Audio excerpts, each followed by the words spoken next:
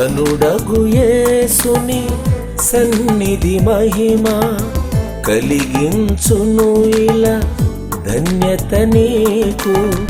ఘనుడగు యేసుని సన్నిధి మహిమ కలిగించును ఇలా ధన్యత నీకు.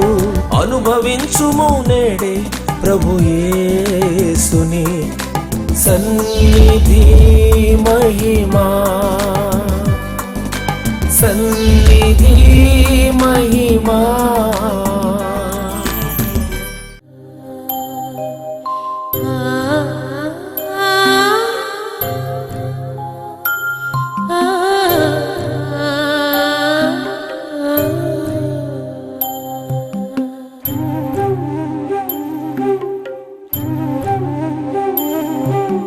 నా యేసుదేవుని ఒడిలో ప్రశాంతమైన విశ్రాంతి. నా యేసుదేవుని ఒడిలో ప్రశాంతమైన విశ్రాంతి. ముదమాయను హృదయ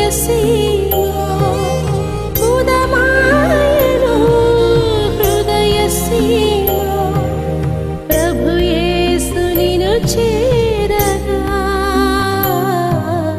నీవే నీవే నా శాంతి విశ్రాంతి. నీవే నీవే నా శాంతి విశ్రాంతి. ప్రభునందు ప్రియమైన దేవుని ప్రియ విశ్వాసులారా, సన్నిధి మహిమను కార్యక్రమంలో వీక్షిస్తున్న ప్రియ విశ్వాసులకు, బిడ్డలకు, సంఘ సభ్యులకు నా హృదయపూర్వక వందన మరణాతలు. ప్రియరా, గత వారములో అనేకమైనటువంటి సంగతులు మనం మాట్లాడుకున్నాం. మార్చి 1 నుంచి జరుగుతూ ఉన్నటువంటి శ్రమకాల ధ్యానాలలో ప్రతి సాయంకాలము యేసుక్రీస్తు ప్రభు యొక్క శ్రమకాల ధ్యానములను ధ్యానించేవారముగా మనమందరమును కూడుకొని ఆయన శిలువ యొక్క విలువ మనము ధ్యానిస్తూ ఉన్నాం. అలాగే ఈ 40 దినములు 40 బాణములని ఒక్కొక్క రోజు ఒక్కొక్క బాణంతో ఈ 40 బాణములను మన జీవితంలో ఉపయోగపడే విధముగా మనము ధ్యానం చేయవలసినటువంటి వారముగా దేవుని యొక్క శక్తిని బట్టి, బలమును బట్టి మన ధ్యాన కాలంలో మన యొక్క శక్తిని పుంజుకోగలిగినటువంటి వారముగా ఉన్నాం. సిలువన గుర్చిన వినిన వార్త నశించుతున్న వారికి వెరితనమే కానీ రక్షించబడుతున్నటువంటి మనకు సిలువ యొక్క శక్తిని మనం పొందుకుంటూ ఉంటాం. అలాగే దేవుని యొక్క వాక్య భాగంలోనికి వెళ్ళి ప్రార్థన చేసుకొని కొన్ని ధ్యానాంశంలో మాట్లాడుకుందాం. యోహాను సువార్త 1వ అధ్యాయము 29వ వచనం ధ్యానిద్దాం. మరునాడు యోహాను యేసు తన యొద్దకు రాగా చూసి, ఇదిగో లోక పాపమును మోసుకుని పోవు దేవుని గొర్రె పిల్ల. చిన్న ప్రార్థన చేసుకుందాం. తలలు వంచండి, కళ్ళు మూసుకోండి. మహాపరిశుద్ధుడు, వందనాలు, స్తోత్రాలు, సర్వశక్తి గల దేవుడవు. ఇదిగో నాయన, మేము నీ సిలువను ధ్యానించుచూ ఉండగా మా జీవితంలో నీ సిలువ యొక్క విలువను మాకు ప్రసాదించండి. నీ సిలువలో శక్తిని మాకు ప్రసాదించమని నాయన ఇక్కడ యోహాను భక్తుడు నిన్ను చూసి లోక పాపములు మోసుకుని పోవు దేవుని గొర్రె పిల్ల ఆయన వాక్య భాగంలోంచి కొన్ని ఆయన ధ్యానాంశంలో మా హృదయ తలంపులోనికి తీసుకుని వచ్చి మీరే బోధించమని మంచి బోధకుడు అయిన యేసయ్య శ్రేష్టమైన నామములో బ్రతుములు అడిగినేముగా వేడుకొనుచున్నాము తండ్రి, ఆమేన్. ప్రభునందు ప్రియమైన దేవుని ప్రియ విశ్వాసులారా, దేవుని యొక్క వాక్య భాగములో గొర్రెపిల్ల వంటి స్వభావము కలిగినటువంటి వాడిగా యోహాను భక్తుడు ప్రభువును గురించి మాట్లాడుతూ ఉన్నాడు. లోక పాపములు మోసుకుని పో దేవుని గొర్రెపిల్ల. మనము దేవునిలోనికి వచ్చినప్పుడు మనం ఎటువంటి స్వభావము కలిగినటువంటి వారముగా కనబడుతూ ఉన్నాము అంటే యోహాను వర్ణిస్తూ ఉన్నాడు గొర్రె పిల్ల స్వభావము కలిగినటువంటి యేసు ప్రభువుని. ఆయనలో ఉన్నటువంటి గొప్ప శక్తులు బట్టి గొర్రె పిల్ల జీవితముగా ఉండాలి అంటే దేవుని యొక్క ప్రభావమును, దేవుని యొక్క శక్తిని మనం పొందుకునే వారముగా ఉండాలి. లోక పాపములు తన మీద వేసుకొని తన యొక్క శక్తితో నడవాలంటే దేవుని యొక్క సహాయం కావాలి. అందుకే తండ్రి తన కుమారుని లోకానికి పంపించిన రీతిని బట్టి ఆయన లోకములో అనేకమైనటువంటి శ్రమలు పంపినటువంటి పనిని నెరవేర్చడానికి ఎన్నో కష్టాలు, ఇబ్బందులు, అవమానాలు, నిందలు పొందాడు. ఇక్కడ యోహాను భక్తుడు లోక పాపములు, లోకంలో ఉన్న పాపములు ఆయన మీద వేసుకొని ఒక గొర్రె పిల్లగా ఎంతమంది హింసించినా, ఎంతమంది శ్రమ పెట్టినా, నిందలు అవమానాలు పెట్టినా భరించుకుంటూ ఆయన శిలువ మరణం పొందినట్లుగా మనం చూడగలుగుతూ ఉన్నాం. ఆయనకున్న గాయములు మనం చూస్తే ఆలోచనలను బట్టి తలలో ముళ్ళ కిరీటం, 2 చేతులలో 2 గాయములు, ప్రక్కలో బల్లెపు పోటు, కాళ్ళలో గాయం. మనకు 5 గాయములు మనకు కనబడుతున్నవి. ఒక భక్తుడు 5 గాయములు ఉందినావా అని భక్తులు రాసుకున్న పాటను మనం పాడుకుంటుంటాం. ఈ 5 గాయములు మనం చూడగలిగితే తలంపులలో, ఈ లోకంలో అనేకమైన తలంపులు, చెడు మార్గం, చెడు తలంపులు అన్నిటినీ ఆయన సులువ వేయించుకున్నాడు. ఆయన ప్రియ విశ్వాసి, నీవు కూడా దేవుని మార్గంలో నడిచి ఉన్నట్లయితే నీ తలంపులలో నీకు చెడు తలంపు వచ్చిందంటే ప్రభువుని సులువ వేస్తూ ఉన్నట్లే. అలాగే 2 చేతులలో గాయములు, మా చేతులతో మనం చేస్తున్నటువంటి పాపాంధకారమైనటువంటి పాప కార్యములు అనేకమైనటువంటి చేస్తూ ఉన్నాం. అలాగే ప్రక్కలో బల్లెపు పోటు, బ్రతికి ఉన్నాడో లేదో నేను చూసి వస్తానని ఒక సైనికుడు ప్రక్కలో బల్లెపు పోటు ద్వారా మిగిలి ఉన్న రక్తపు పొట్టు కూడా ఆ నీళ్లతో రావటం. కానీ పురుషోత్తం సోదరి గారు ఒక కీర్తన, నాయన్న రాగదిలో ఆయన ప్రక్కపు బల్లెపు పోటులోనికి వెళ్ళి నీ ప్రేమను చూతున్నా అని పాడుకున్నాడు. నీలో ఆ ప్రేమ, దాగి ఉన్నటువంటి ప్రేమ, మానవుల కొరకు పంచిపెట్టినటువంటి ప్రేమ ఎంతో విలువైనటువంటిదని ఒక భక్తుడు పురుషోత్తం సోదరి పాడుతూ ఉన్నాడు. ప్రేరా, మనం గమనించినట్లయితే క్రీస్తులో మనము ఏ విధముగా మనం ఉండాలి అనేది మాదిరిగా ఈ లోకానికి యేసుక్రీస్తు ప్రభువారు వచ్చిన సంగతిని మనకు కనబడుతూ ఉంది. లోకములో అనేకమైనటువంటి పాపములు కనబడుతూ ఉన్నవి. అలాగే హృదయముతో చేసినటువంటి హృదయాలోచనలతో అనేకమైనటువంటి పాపములు, తలంపు, హృదయ తలంపులు. అందుకే నీ హృదయ తలంపులలో నాకు తెలుసును అని ప్రభు మాట్లాడుతున్న రీతిని బట్టి, తలంపును బట్టి మనకు కనబడుతుంది. అలాగే కాళ్ళల్లో గాయం, 2 కాళ్ళల్లో ఒకే మేకు ప్రభువు కూడా సహకరించారు. దేవుని యొక్క ఉద్దేశము 5 గాయములలో శిలువ మీద పొందినటువంటి శ్రమను మనం చూడగలుగుతూ ఉన్నాం. ప్రియ, శిలువ మీద పొందినటువంటి 5 గాయములలో మనం చేసినటువంటి ప్రతి పనిని ఆయన రక్తధారలతో కారుస్తూ ఉన్నాడు, రక్తం చిందిస్తూ ఉన్నాడు. మనం చేసినటువంటి పాపం, తలంపులలో పాపం, చేతులతో చేసిన పాపం, హృదయంతో చేసిన పాపం, కాళ్ళతో చేసినటువంటి పాపం, ప్రేరణ మన పాపమును ఆయన మీద వేసుకొని శిలువ మరణము పొంది ఆయన రక్తమును కాలువల వలె కార్చి ప్రవాహం వలె ఆ రక్తమును చిందించి మనకు విమోచన కలుగు చూసినటువంటి యేసుక్రీస్తు ప్రభువుని గురించి మనకు తెలుస్తుంది.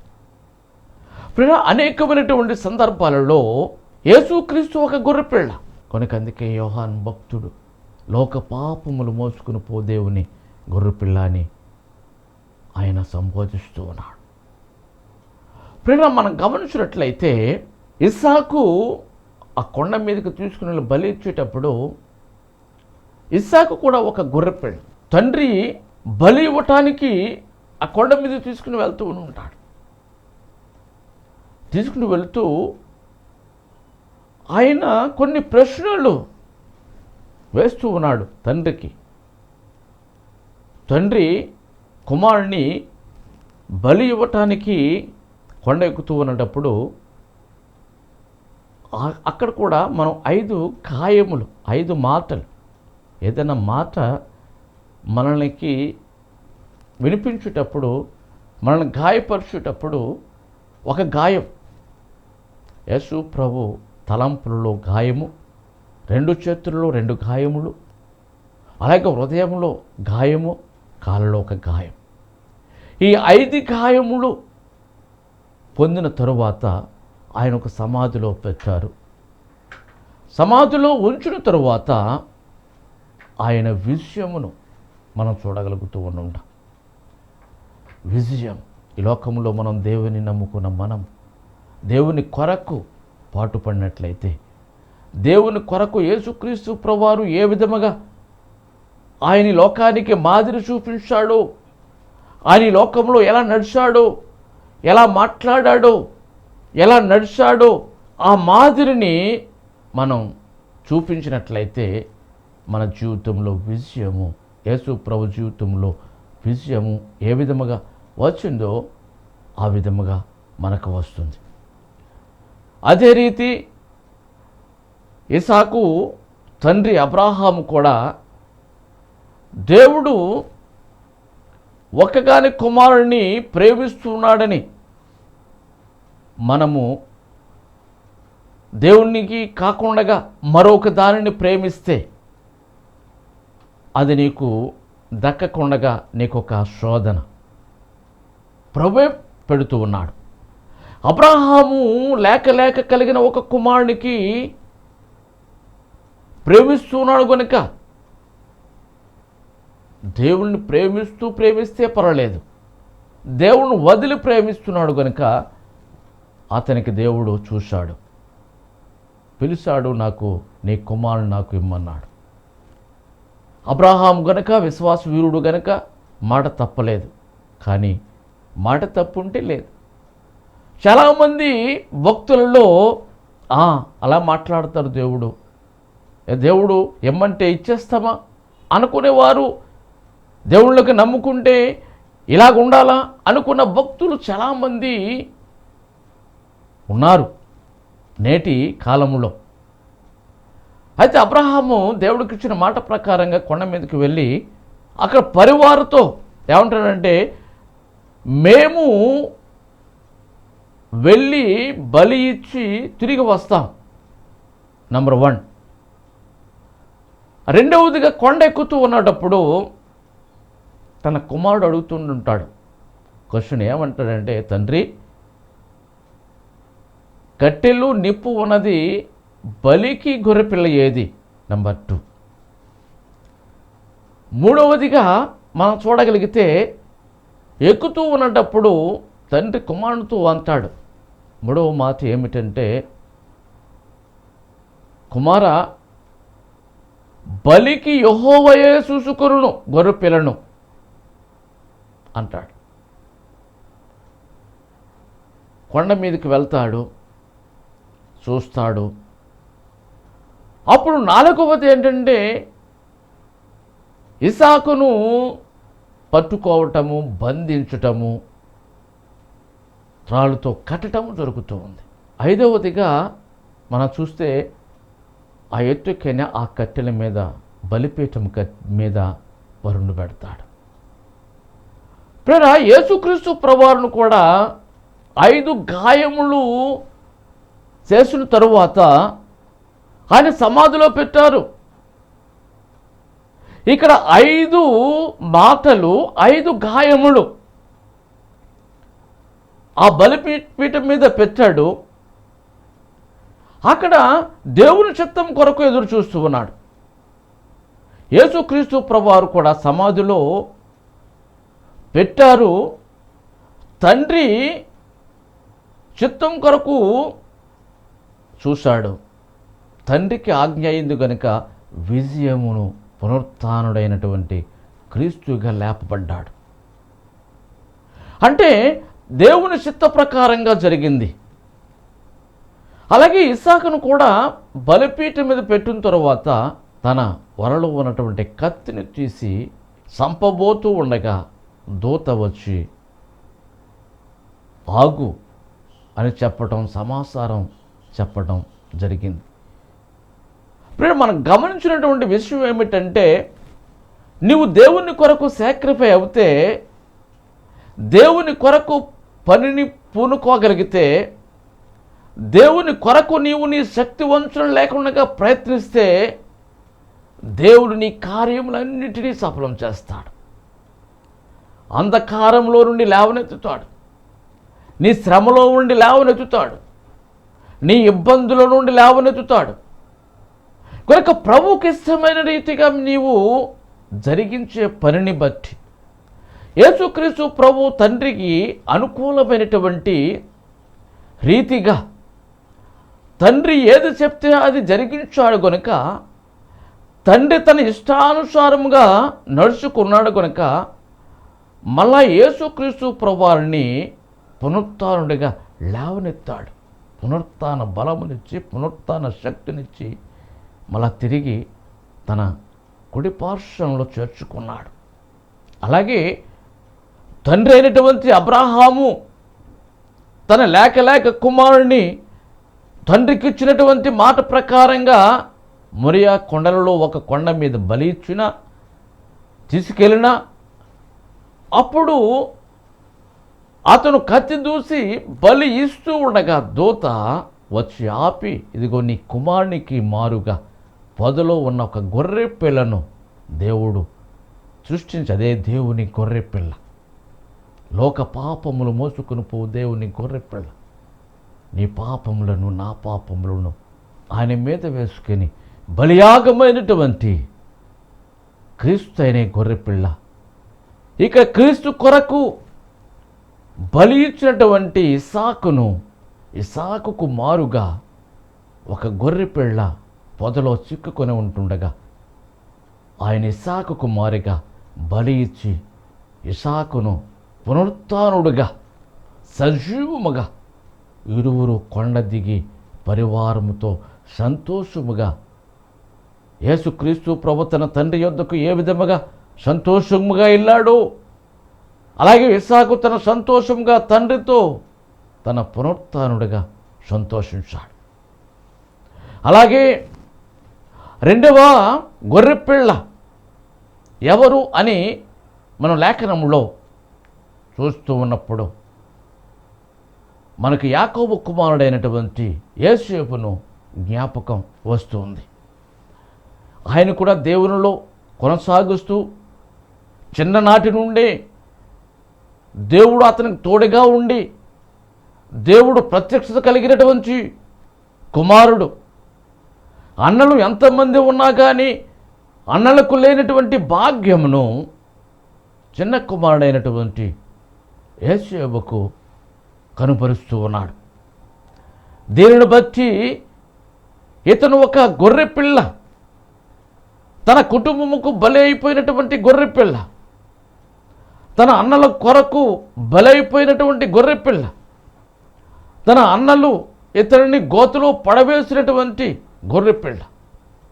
మొట్టమొదటిగా మనం చూడగలిగితే దేవుడు ఇతనికి ప్రత్యక్షత ఏమిటంటే కలలు భావాన్ని చూపించటం, దానికి అర్థం చెప్పగలిగినటువంటి గొప్ప ప్రావీణ్యత కలిగినటువంటి భక్తుడు, దేవుడు అతనికి తోడుగా ఉన్నాడు గనుక కళలకు భావం చెప్పగలిగినటువంటి, కళ దర్శనము చూడగలిగినటువంటి ప్రావీణ్యత కలిగినటువంటి వాడు. మొట్టమొదటిగా పనకు తన అన్నలు పనులు నమస్కరిస్తూ ఉన్నట్లుగా ఆ దర్శనంలో చూశాడు గనుక తన సహోదరులతో చెప్తున్నాడు, సహోదరులారా, నా పనకు మీ పనులు నమస్కరిస్తూ ఉన్నాయి. ఇది సంతోషమే కానీ కలభావం చెప్పేటప్పుడు.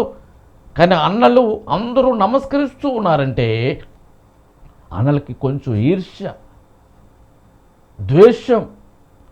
ప్రియుల, మనకు కూడా పైవారు చిన్నవాళ్ళకి పైవారు నమస్కరిస్తూ ఉన్నారంటే ఒక ద్వేషం. చిన్నవారు అభివృద్ధిలో పొందుతూ ఉన్నారంటే పెద్దవారికి ద్వేషం. ఎలాగ వీడిని అనగదొక్కాలి, ఎలాగ వీడిని పడగొట్టాలి అనేది మనకు ఇప్పట్లో ఉన్నటువంటి కక్షలు కాదు. కానీ ఫ్రమ్ ది బిగినింగ్ ఆదాము అవ్వల దగ్గర నుంచి కుయుక్తైనటువంటి సాతాను దగ్గర నుంచి వస్తూ ఉన్నటువంటి ఆ యొక్క స్థితి మనం చూడగలుగుతూ ఉంటాం.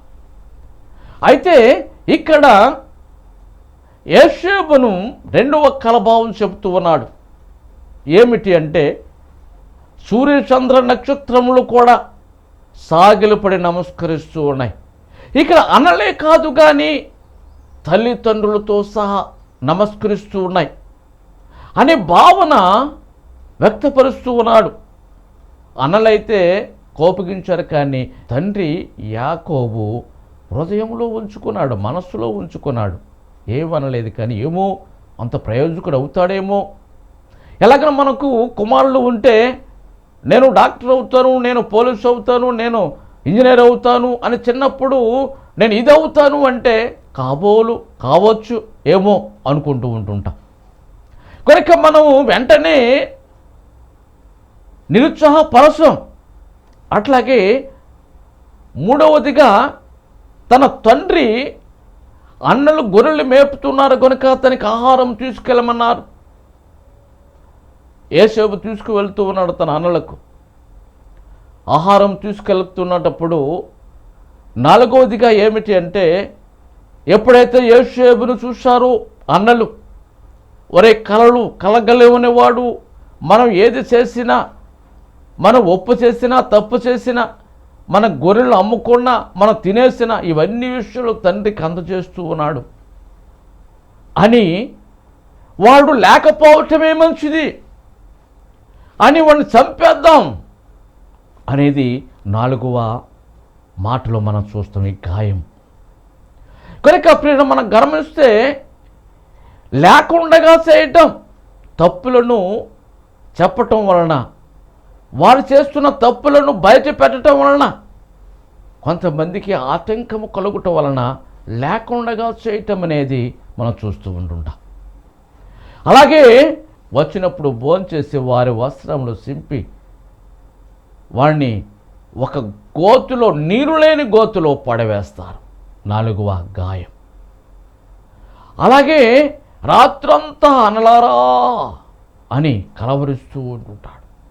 ప్రేర మనం గమనించు, వారి స్వార్థాల కొరకు కొంతమంది అర్థనాదాలు పెట్టినా, గాయపరిచినా, ఇబ్బందులు పడినా, కరుకు హృదయం కలిగినటువంటి అన్నలు, భయంకరులు కలిగినటువంటి అన్నలు వారు ఆ అర్థనాదాన్ని అర్థం చేసుకోలేని విధముగా ఉంటున్న రీతిని, అందులో పెద్దవాడైనటువంటి రూబేను అన్న తమ్ముళ్ళు వారి కొరకు మనం వద్దు అని చెప్పినప్పుడు అక్కడ వారు ఐగుప్తు దేశానికి వెళుతున్నటువంటి కొంతమంది వర్తక సమూహం వస్తూ ఉన్నప్పుడు ఐదవదిగా ఇతన్ని అమ్మివేస్తారు. కనుక ఇతని వల్ల ఐగుప్తు దేశంలో ఒక మహారాజుగా అతని యొక్క నైపుణ్యతను బట్టి, అతని యొక్క వృద్ధిని బట్టి, అతను తెలివితేటలను బట్టి ఫరో చక్రవర్తికి వచ్చినటువంటి గొప్ప కలభావమును వివరించటం ద్వారా ఐగుప్తు దేశంలో 7 సంవత్సరములు మరి 7 సంవత్సరములు కరువు నుంచి విడుదల చేసినటువంటి గొప్ప దేవుడు అతను తోడుగా ఉండి అతడు ఫరో కలభావమును విప్పునందున అక్కడ ఫరో చక్రవర్తి కంటే ఎక్కువగా అభినందించి దేవుడు అతనికి తోడుగా గొప్ప కార్యం జరిగించాడు. కనుక యేసుక్రీస్తు ప్రభువారు ఎలా లేపబడ్డాడో, అలాగే ఇస్సాకు ఎలాగా పునరుత్థానమయ్యాడో, అలాగే యేసేపును గొర్రెలో గోతులో పడవేసిన అన్నల కొరకు అతను శ్రమించిన చివరకు అతను వృద్ధిలోనికి వచ్చి లేపబడ్డాడు. కనుక ఈ చిన్న వాక్యంను దేవుడు మీ వినికిడిలో ఉంచి దేవుడు దీవించును గాక. ఆ మనుషున ప్రార్థన చేద్దాం. తల వంచండి. మహాపరిశుద్ధుడా, వందనాలు, స్తోత్రాలు. ఇదిగో నాయనా, ఈ సమయంలో నాయనా నీవు నీ ఆత్మ సహాయమును చూస్తున్న బిడ్డలకు నీ పరిశుద్ధాత్మ శక్తిని ఉంచండి. ఎంతమంది భక్తులు చూస్తూ ఉన్నారు, ఎంతమంది బిడ్డలు చూస్తూ ఉన్నారు, వినుస్తున్న ఎటువంటి బాధ అయినప్పటికీ నీ సిలువ రక్తమును బట్టి, నువ్వు చిందించిన రక్తమును బట్టి, ఇదిగోన ప్రక్క బళ్ళెపు పోటులో సైనికుడు పొడిచిన గాయములో నుంచి వచ్చిన రక్తము నాయన ఆ జబ్బు కళ్ళలో ఉన్నటువంటి ఆ జబ్బు కళ్ళు నాయన బాగుపడినట్లుగా ఎంతమంది అయితే వినుస్తూ ఉన్నారో, ఎంతమంది అయితే నాయన చూస్తూ ఉన్నారు, వారందరికీ నీ రక్తముతో స్వస్థపరిచి సంపూర్ణ ఆరోగ్యమును దయచేయమని యేసయ్య శ్రేష్టమైన నామములో బ్రతుములాడి వినయముగా వేడుకొనుచున్నాము తండ్రి. ఆమేన్, ఆమేన్, ఆమేన్.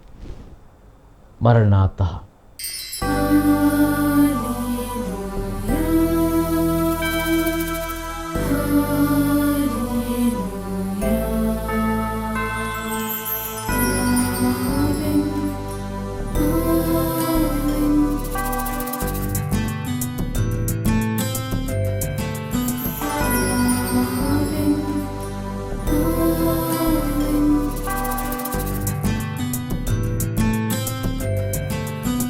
మీ యొక్క ప్రార్థనా అవసరతలకు మమ్మును సంప్రదించవలసిన చిరునామా reverend M Raj Dayakar, door number 2-401, Netaji Nagar, Saint an school వెనుక వీధి, రాజమండ్రి. మమ్మును సంప్రదించవలసిన ఫోన్ నంబర్లు 9885177752 మరియు 9491291754.